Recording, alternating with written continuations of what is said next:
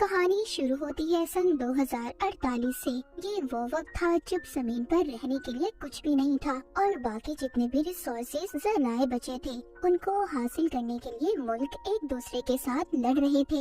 इसी के दरमियान हमें रिक की फैमिली दिखाई जाती है जिनको आलीशान मेंशन मिलाया गया था। यहाँ पर आकर पूरी फैमिली बहुत खुश थी। रिक की फैमिली में उसकी बीवी एबी और उसका बेटा था। तभी इनको पता चलता है कि यहाँ पर 13 ऐसी और फैमिलीज हैं जिन्हें यहाँ पर लाया गया था। उन पर रिसर्च होगी, एक्सपेरिमेंट तजुर्बे किए जाएंगे जिसके लिए यहाँ पर साइंटिस्ट की पूरी टीम मौजूद थी। अगली सुबह हमें इस प्रोजेक्ट के प्रोफेसर हेड दिखाए जाते हैं जो बताते हैं कि आने वाले 10 सालों में जमीन पर सब कुछ खत्म हो जाएगा, कुछ भी नहीं बचेगा और तब इंसान जमीन पर नहीं रह सकेंगे। उस वक्त हमारे पास सिर्फ एक रास्ता है और वो है टाइटन, क्योंकि जमीन पर रहने के बाद दूसरा ऐसा जरिया है जो कि एक बहुत बड़ा चांद है। मगर इस वक्त इंसानों के लिए वहाँ पर रहना मुमकिन नहीं। वहाँ पर मीथेन गैस की बारिश होती है और हवा में नाइट्रोजन गैस मौजूद है। वहाँ पर सर्दी भी बहुत ज्यादा है और अगर हम चाहते हैं कि इंसान वहाँ पर रहे तो हमें वहाँ पर इंसानों के जिस्म में कुछ बदलाव करने होंगे। इसीलिए यहाँ पर हमारे पास फैमिलीज हैं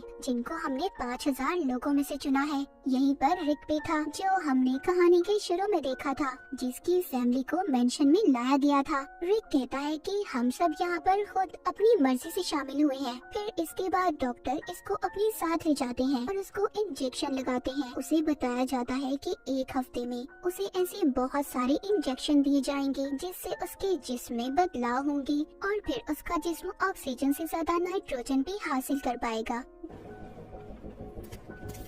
जब रिक के घर में पार्टी थी, उसकी बीवी जिसका नाम एबी था उसने बहुत ज्यादा शराब पी ली थी जिससे उसकी तबीयत खराब हो जाती है। रिक जब अपनी बीवी को लेकर जा रहा था तो रिक की बीवी एबी देखती है उसको तो बहुत तेज बुखार था। कुछ दिन के बाद जितनी भी फैमिलीज थी सबको एक एक्सपेरिमेंट के लिए पानी के पूल के पास लाया जाता है और ये देखा जाता है कि कौन पानी में कितनी देर तक बिना सांस लेकर रह सकता है। पर एक एक करके सब बाहर आ गए थे मगर रिक और एक लड़की 40 मिनट तक पानी के अंदर ही बैठे रहते हैं। 40 मिनट के बाद लड़की का दम भी घुटने लगा था, वो पानी से बाहर आ जाती है पर रिक पानी के अंदर ही था। आहिस्ता आहिस्ता उसके दिल की धड़कन भी कम हो रही थी। वो बाहर रहकर उसकी हार्ट रेट को देख रही थी। इससे पहले कुछ होता रिक खुद ही बाहर आ जाता है। सब उसके लिए तालियां बजाते हैं क्योंकि उसने सबसे ज्यादा वक्त पानी में गुजारा था। इसके कुछ दिन के बाद हमें दिखाया जाता है कि रिक को एक सर्जरी के लिए लाया गया था। जिस दिन उसकी सर्जरी की जाती है उसी दिन रात को वो अपने बेड पर नहीं था। उसकी बीवी एबी जब ये देखती है तो वो किचन में बैठा अपने जिस्म पर बर्फ लगा रहा था। उसको बहुत गर्मी लग रही थी। इसके बाद एबी उसको और ज्यादा बर्फ ला कर देती है। एबी को बताता है कि मुझे बिल्कुल भी ठंड का एहसास नहीं हो रहा। इसका मतलब ये था कि जिन लोगों को टाइटन पर भेजने के लिए तैयार किया जा रहा था रिक पर भी बिल्कुल वैसा ही असर हो रहा था कि टाइटन पर बहुत ज्यादा ठंड थी और वहाँ पर ऐसे जिस्म की जरूरत थी जिसको ठंड का बिल्कुल भी एहसास ना हो। मगर अभी भी इनको सबसे बड़ा सामना मीथेन गैस और नाइट्रोजन का था। इन सबको मीथेन गैस के साथ पानी में तैरने का कहा जाता है। साथ ही इनको खास किस्म के मास्क पहनाए जाते हैं जिससे नाइट्रोजन बढ़ता है। ये उस मास्क को पहनकर बहुत भागते हैं। दरअसल इनको टाइटन के लिए तैयार किया जा रहा था। इसी तरह बहुत सारे दिन गुजर जाते हैं। एक दिन रिक जब बाथरूम में था तो वो देखता है उसको हेयर फॉल हो रहा था, यानी कि उसके बाल बहुत ज्यादा उतर रहे थे। यहाँ पर एक और लड़का था, उसके साथ भी ये सब हो रहा था। अब ये सब समझ गए थे जो भी इनके साथ हो रहा है वो सब उन दवाइयों और तजुर्बों का नतीजा है जो इनको टाइटन पर भेजने के लिए किया जा रहा था। अभी यहाँ पर एक लड़की की मौत हो जाती है। उस लड़की को ऐसा मरते देख सब बहुत ज्यादा परेशान हो गए थे। सभी डर जाते हैं क्योंकि बिल्कुल वैसी ही दवाइयाँ इन्हें भी दी जा रही थी, यानी कि इन सब की जान को भी खतरा था। रात को सब जब रिक के घर पर जमा थे इन सब के बारे में बात कर रहे थे तभी उधर इसका एक दोस्त बहुत ज्यादा गुस्सा करता है, अपनी बीवी पर भी हमला कर देता है। दरअसल जब से उस पर एक्सपेरिमेंट किए जा रहे थे तभी से उसके साथ ऐसा हो रहा था। ये देखकर सबके सब परेशान हो जाते हैं। अगली सुबह डॉक्टर रिक के घर आती है, उनको बताती है जो लड़की मरी थी वो दरअसल बीमार थी। उसको दरअसल पहले ही एक बीमारी थी, इसी वजह से उसकी मौत हुई है। ना ना कि किसी एक्सपेरिमेंट की वजह से। लेकिन रिक जानता था कि कुछ ना कुछ तो गड़बड़ है। उसी रात उसको उल्टी होती है जिसमें खून आ रहा था। उसकी बीवी उसका ब्लड सैंपल लेती है क्योंकि एबी भी एक डॉक्टर थी। अगले दिन रिक को दिखाया जाता है वो पानी के अंदर था। उसकी जिल्द भी उतरना शुरू हो गई थी। इस बात से वो बहुत ज्यादा डर जाता है। उधर दूसरी तरफ एबी उसका खून का सैंपल लेकर लैब में जाती है। जब वो उसको टेस्ट करती है तो उसको पता चलता है कि रिक के जिस्म में बहुत से ऐसे केमिकल शामिल किए गए हैं जिसके बारे में पहले नहीं बताया गया था। एबी इन सब के बारे में प्रोजेक्ट प्रोफेसर हेड से बात करती है मगर वो उसको कुछ भी नहीं बताते। अब रिक की आंखों का ऑपरेशन किया जाता है ताकि वो अंधेरे में भी देख सके। रिक जब वापिस घर आता है तो उसकी आंखों से खून आने लगा था। उसको दोबारा से हॉस्पिटल ले जाया जाता है। एबी वहाँ पर दोबारा से प्रोफेसर से बात करने की कोशिश करती है लेकिन वो उसकी किसी बात का जवाब नहीं देते और चले जाते हैं। एबी जब घर आई थी तो देखती है वो आदमी जिसको पहले भी गुस्सा आया था अब वो और भी ज्यादा गुस्से में था। उसने अपनी बीवी को भी मार दिया था इसीलिए मिलिट्री के लोग उसे लेने आए थे। अब एबी को ये महसूस हो रहा था कि उससे बहुत सारी बातें छुपाई गई हैं। वो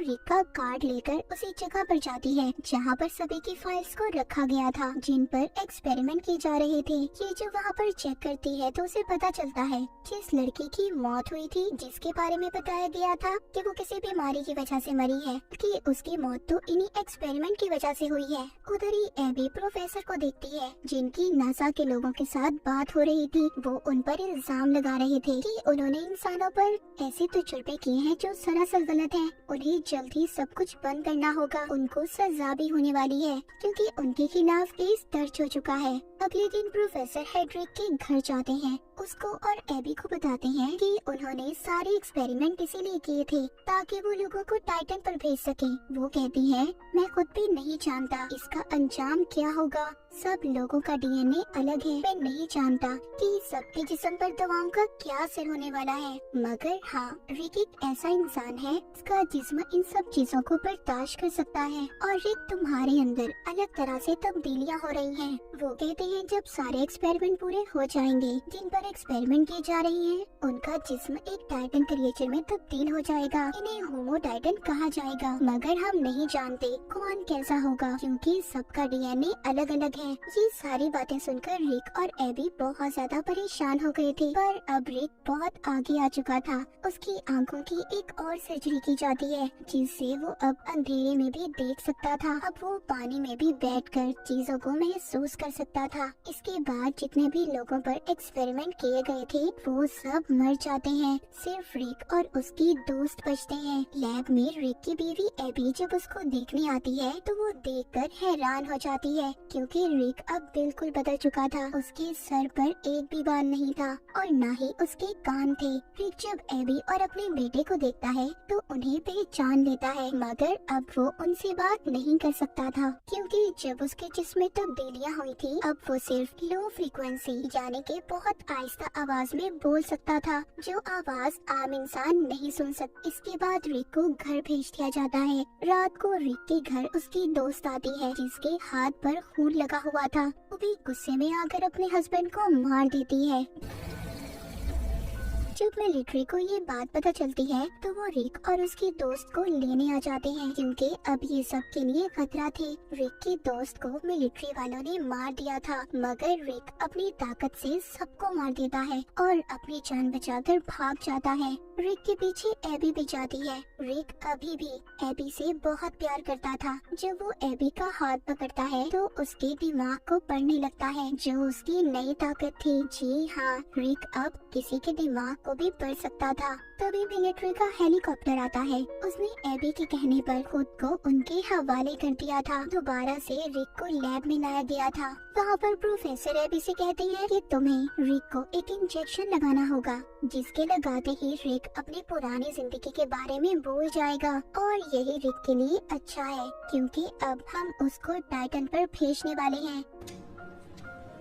जब एबी रिक के पास जाती है तो उसको इंजेक्शन लगा देती है। हालांकि रिक उसको मना कर रहा था क्योंकि वो अपनी पुरानी यादों को नहीं भुलाना चाहता था। एबी ऐसा करते ही वहाँ से अपनी दोस्त को लेकर अपने बेटे के साथ चली जाती है। इनके जाने के बाद रिक वहाँ पर सभी सोल्जर्स पर हमला कर देता है और उन्हें मारकर वापस से अपने घर आ गया था। दरअसल एबी ने उसके जिस्म में इंजेक्शन को नहीं लगाया था ताकि उसको टाइटन पर न भेजा जाए। वो वापस अपने घर आता है तो अपनी बीवी और बेटे से मिलकर बहुत खुश होता है, पर तभी उधर मिलिट्री के लोग आ गए थे। उनके साथ प्रोफेसर भी थे। वो कहते हैं कि रिक को हमारे साथ जाना होगा, हम इसको टाइटन पर भेजने वाले हैं क्योंकि अभी कभी भी इंसान नहीं बन सकता और न ही जमीन पर रह सकता है। अगर इसे जिंदा रहना है तो इसे टाइटन पर जाना होगा। एबी को भी ये बात समझ आ गई थी। वो रिक से कहती है कि शायद तुम्हारे जाने का वक्त आ चुका है, तुम्हें वापस जाना होगा।